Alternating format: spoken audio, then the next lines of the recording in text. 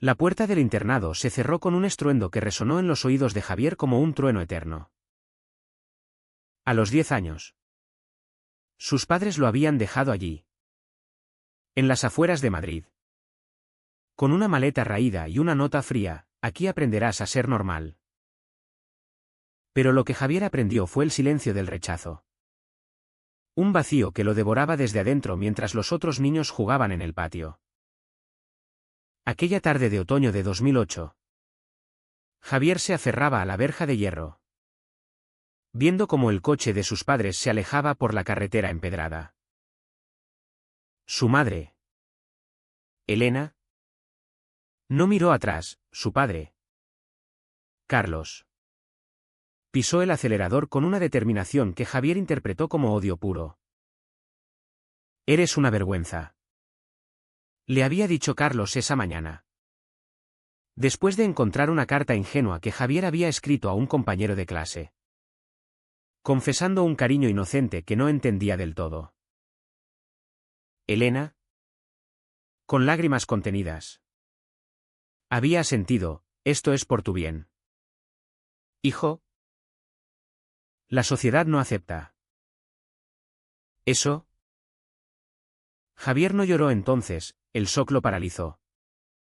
Pero en las noches siguientes, en el dormitorio compartido, las lágrimas llegaron como un torrente, ahogadas en la almohada para no despertar a nadie. El internado San Ignacio era un bastión católico estricto, donde los sacerdotes predicaban sobre pecados y redención. Javier, con su cabello castaño revuelto y ojos verdes curiosos, se convirtió en un fantasma entre los muros grises. Los primeros meses fueron un infierno de aislamiento. Los compañeros lo evitaban, susurrando maricón cuando pasaba. Un día, durante la clase de religión, el padre Ruiz lo llamó al frente.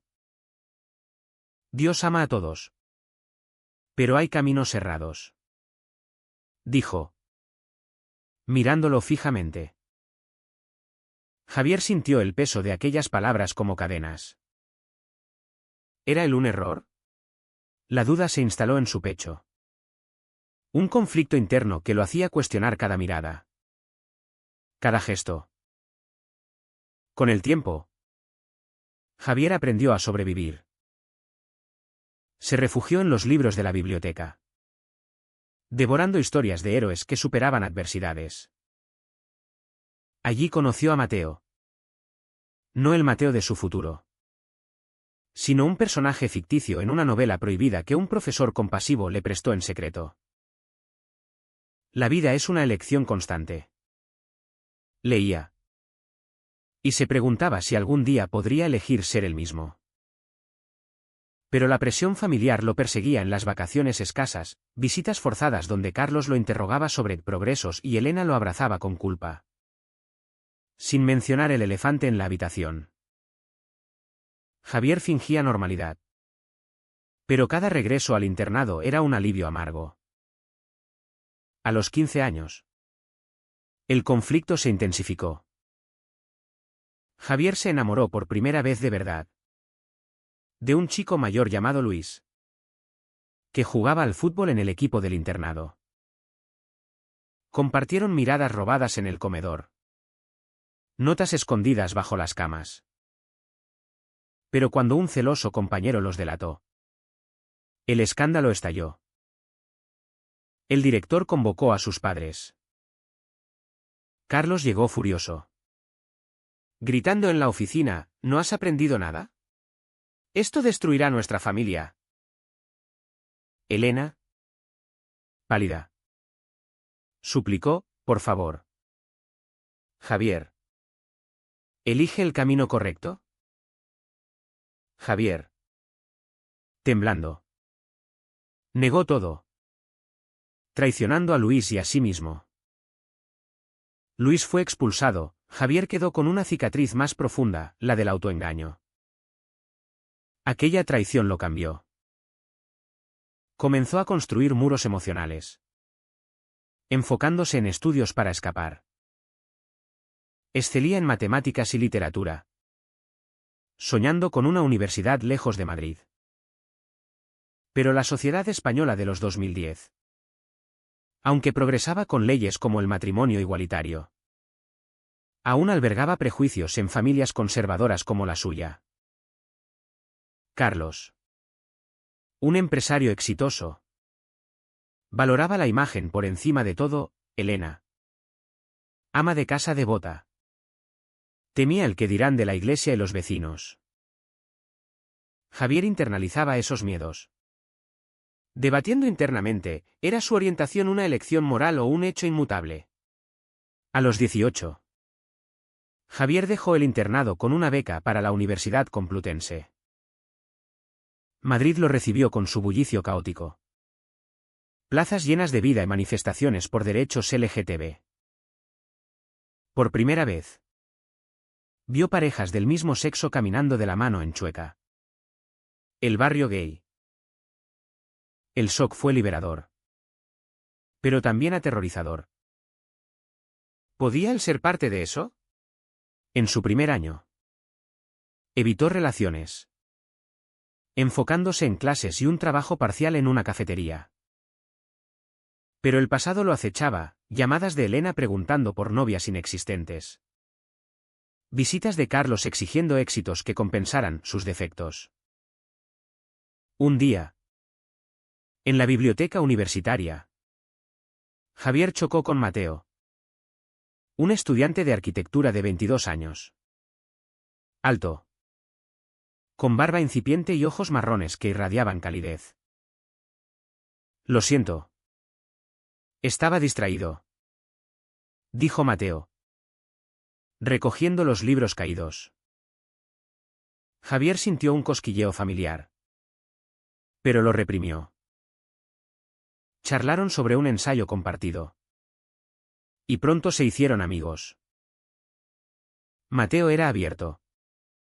Hijo de una familia liberal de Barcelona, que apoyaba su bisexualidad declarada. Javier envidiaba esa libertad, pero guardaba silencio sobre su historia. Sus conversaciones se profundizaron. Mateo hablaba de sueños, diseñar edificios inclusivos, espacios donde todos se sintieran bienvenidos. Javier compartía sus lecturas, pero esquivaba preguntas personales. Una noche, en un bar de Malasaña, Mateo confesó: «Me gustas, Javier. Más que como amigo». Javier palideció, recordando el internado. La traición a Luis. «No puedo», murmuró, huyendo. Aquella decisión lo torturó. ¿Estaba protegiéndose o traicionándose de nuevo?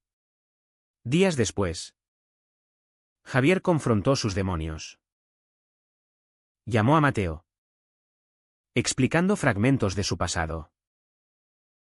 «Mis padres me abandonaron por esto», dijo, voz quebrada.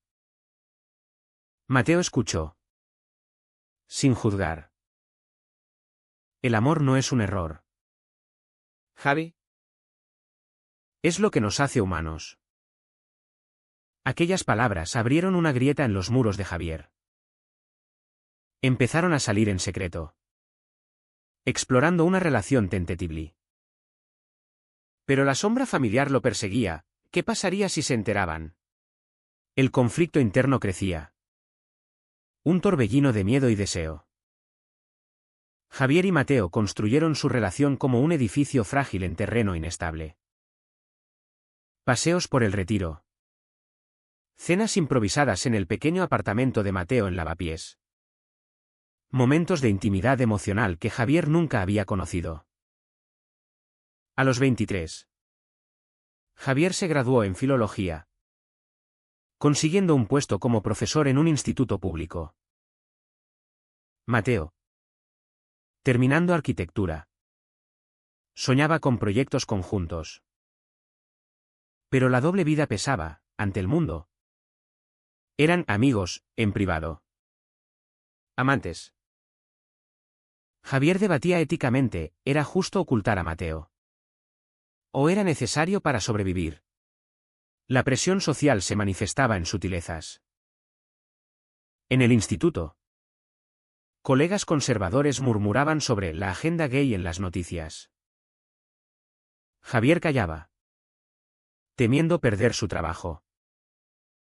Una vez, un alumno le preguntó, «Profesor, ¿cree que el amor es igual para todos?» Javier titubeó, respondiendo vagamente. Pero internamente se desgarraba. Mateo lo animaba, «Sal del armario. Javi. España ha cambiado». Pero Javier recordaba el internado. Los prejuicios arraigados. El punto de quiebre llegó en Navidad de 2016. Javier visitó a sus padres en su casa de las afueras de Madrid. Carlos. Ahora con canas. Hablaba de negocios, Elena preparaba la cena con manos temblorosas. «Deberías traer a una chica algún día», dijo Carlos casualmente. Javier sintió náuseas. Esa noche, solo en su antigua habitación, llamó a Mateo.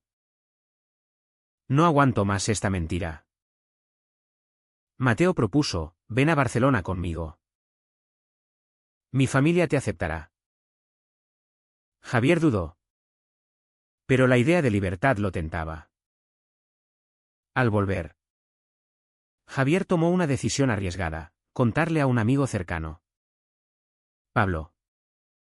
Del internado. Pablo.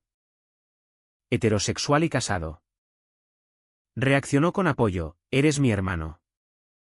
Javi. Nada cambia eso. Animado, Javier empezó a asistir a eventos LGTB con Mateo. En una marcha del orgullo, se besaron públicamente por primera vez. La euforia fue abrumadora. Pero seguida de paranoia, ¿y si alguien lo veía? La familia de Mateo contrastaba drásticamente. En una visita a Barcelona, sus padres, liberales y activistas, lo recibieron con abrazos. «Bienvenido a la familia», dijo la madre de Mateo. «Rosa».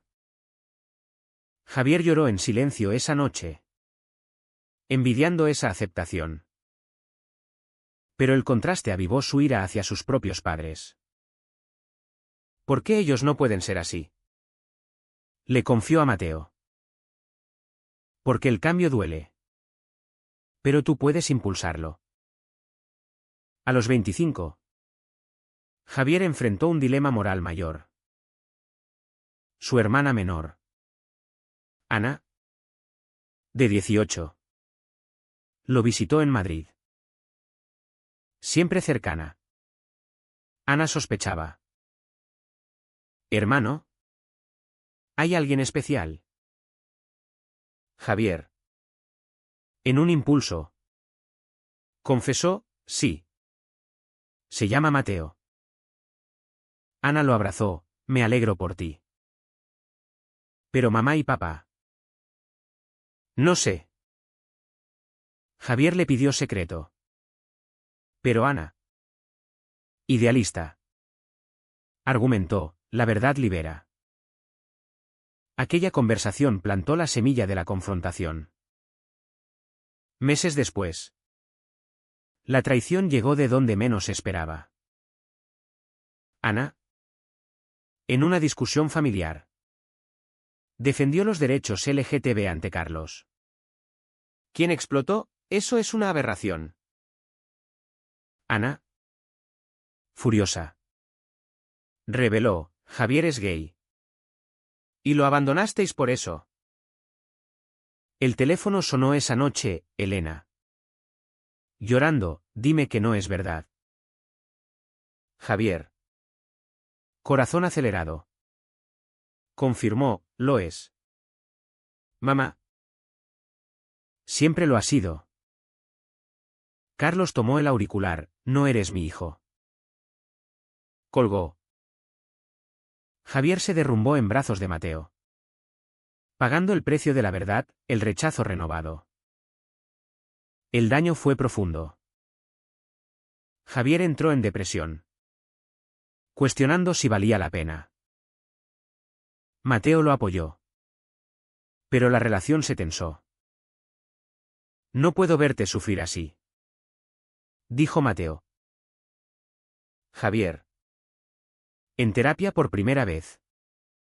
Exploraba sus traumas, el abandono infantil.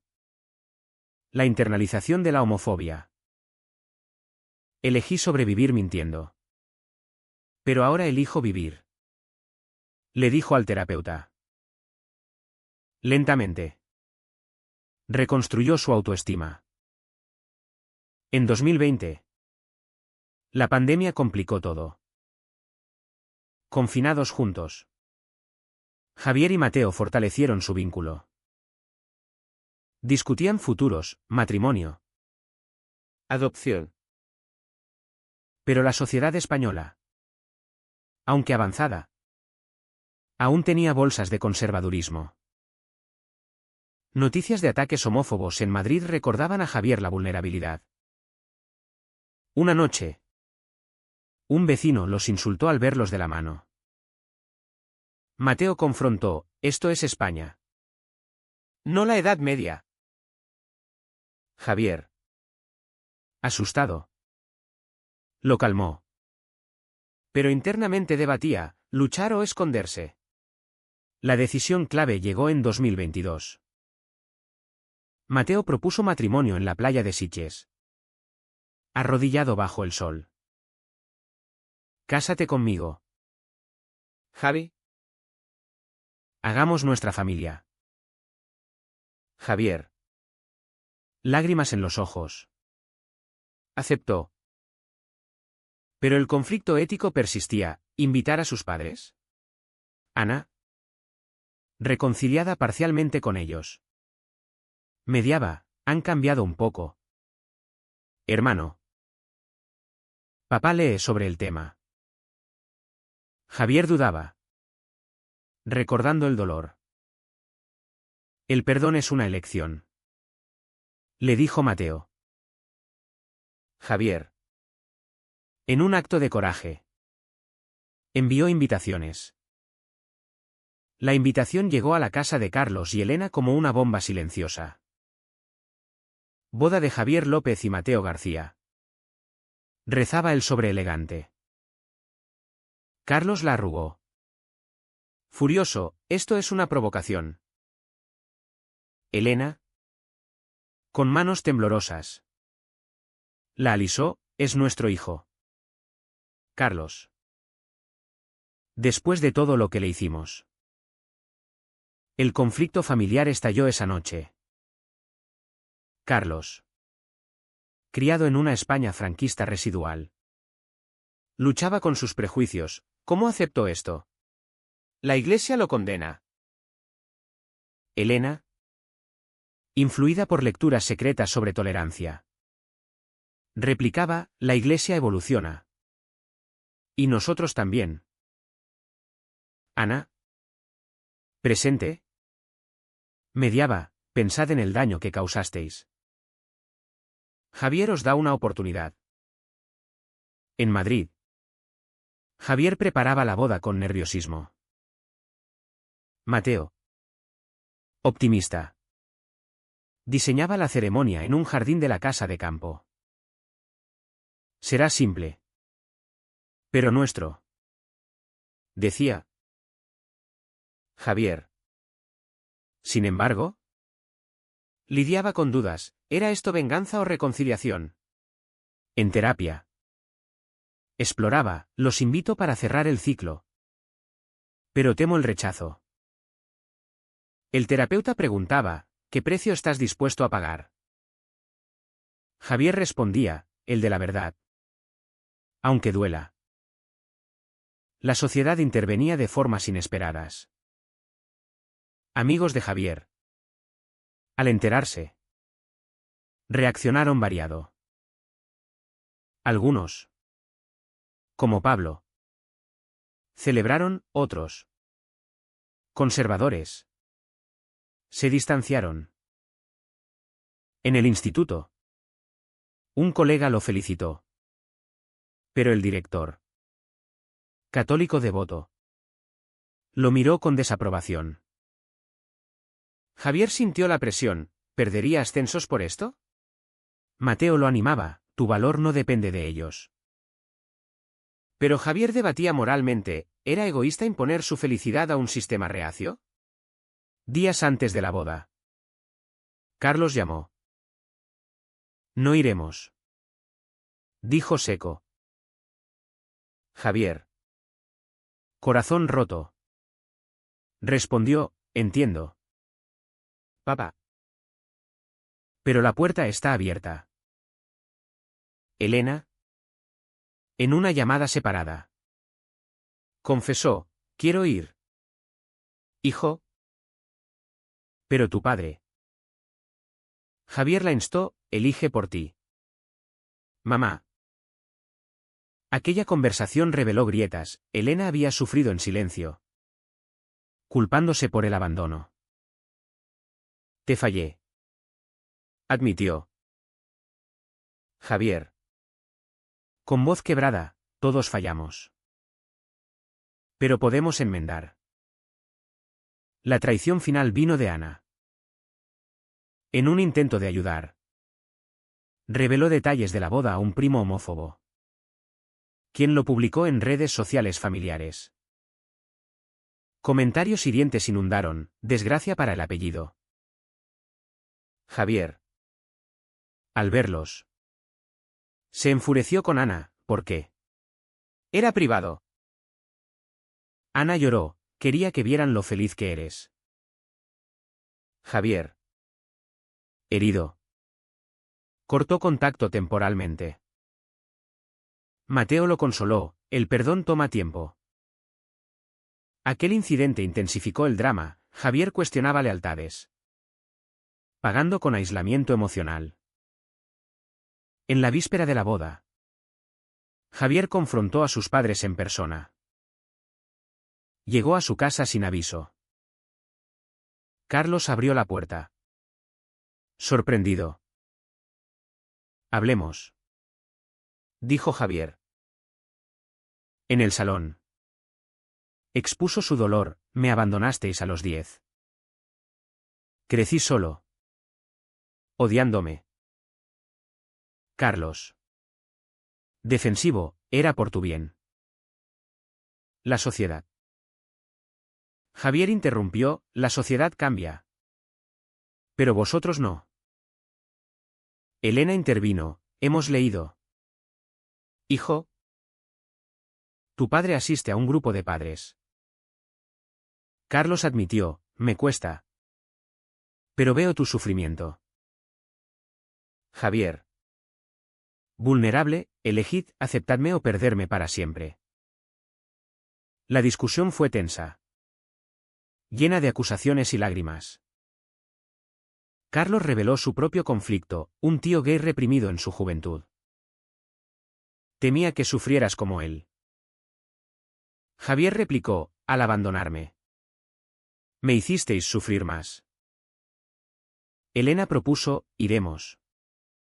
Pero dame tiempo para convencerlo. Javier se fue con esperanza mixta. Pero el precio era alto, revivir traumas. La boda amaneció soleada. Amigos y familia de Mateo llenaban el jardín. Javier, en traje gris, esperaba nervioso. Mateo, radiante, lo besó, hoy empieza nuestra era.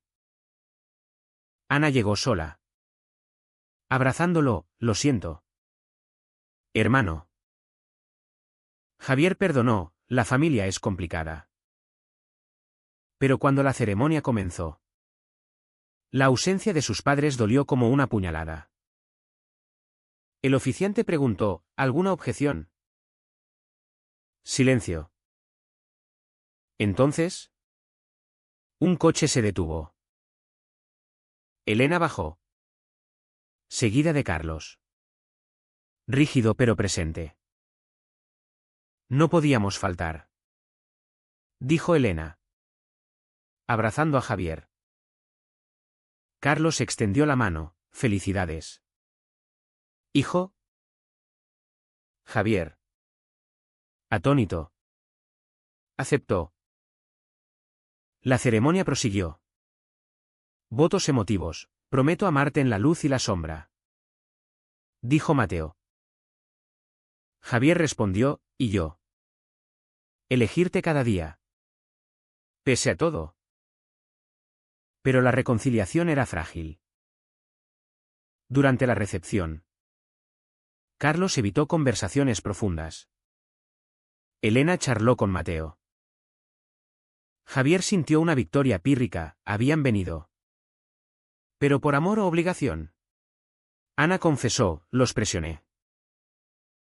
Javier, decepcionado, se preguntó si el cambio era genuino. La luna de miel en Granada fue un bálsamo temporal. Javier y Mateo pasearon por la Alhambra, hablando de futuros hijos. Una casa en las afueras. Pero el regreso a Madrid trajo realidades. Carlos llamó esporádicamente. Conversaciones superficiales. Elena visitaba, trayendo regalos, pero evitando temas profundos. Javier debatía, presionar por más o aceptar lo mínimo. Mateo aconsejaba, el cambio es lento. Un año después, el conflicto resurgió. Javier y Mateo iniciaron trámites de adopción. Carlos, al enterarse, explotó en una cena familiar. Un niño necesita una madre y un padre. Javier replicó, necesita amor. Que vosotros no me disteis. Elena me dio. Pero la brecha se amplió. Ana, ahora en universidad, apoyaba, evolucionad. Por favor. Carlos se fue furioso. Dejando a Javier con dudas éticas, ¿era correcto exponer a un niño a esta familia tóxica? La sociedad amplificaba el drama. En 2025, un escándalo político sobre derechos LGTB dividió opiniones. Javier, como profesor, defendió en clase, la diversidad enriquece.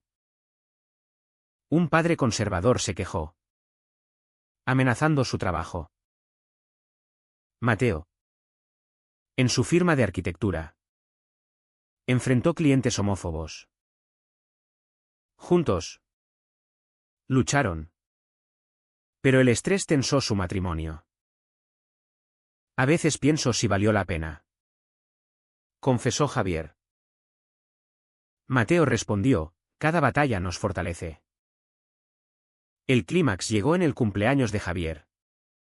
A los 28. Invitó a todos, incluyendo padres. Carlos llegó con un regalo, un libro sobre familias diversas. Lo leí. Dijo. Me equivoqué. Hijo. Javier. Escéptico, ¿por qué ahora?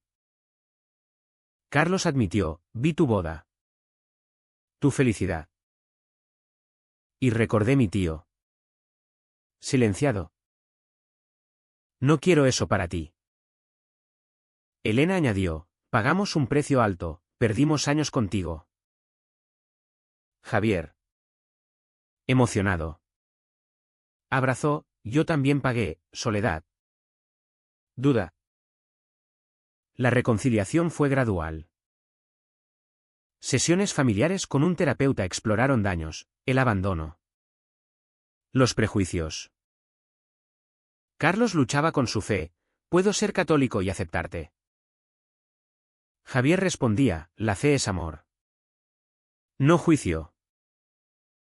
Ana facilitaba. Pero reveló su propia lucha, me sentí traidora al revelarte. Javier perdonó, Todos elegimos mal a veces. En 2026. Javier y Mateo adoptaron a un niño. Lucas. De 5 años. La familia se unió en la bienvenida. Un momento de redención. Pero no sin costos, Javier perdió amigos conservadores. Carlos enfrentó críticas de su círculo. Mateo reflexionaba, la sociedad progresa. Pero el cambio personal duele. Mirando atrás. Javier veía su viaje, del abandono al empoderamiento. El internado lo forjó. La relación con Mateo lo sanó. La confrontación con padres lo liberó. Pero las cicatrices permanecían. Recordatorios de elecciones controvertidas. ¿Fue correcto invitar a sus padres a la boda? ¿O debieron pagar eternamente por su rechazo inicial?